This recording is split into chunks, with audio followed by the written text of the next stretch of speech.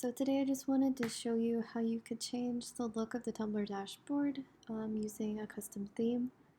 So I'll show you how to install the custom theme that I coded using the stylish extension. So the first step is to install the extension.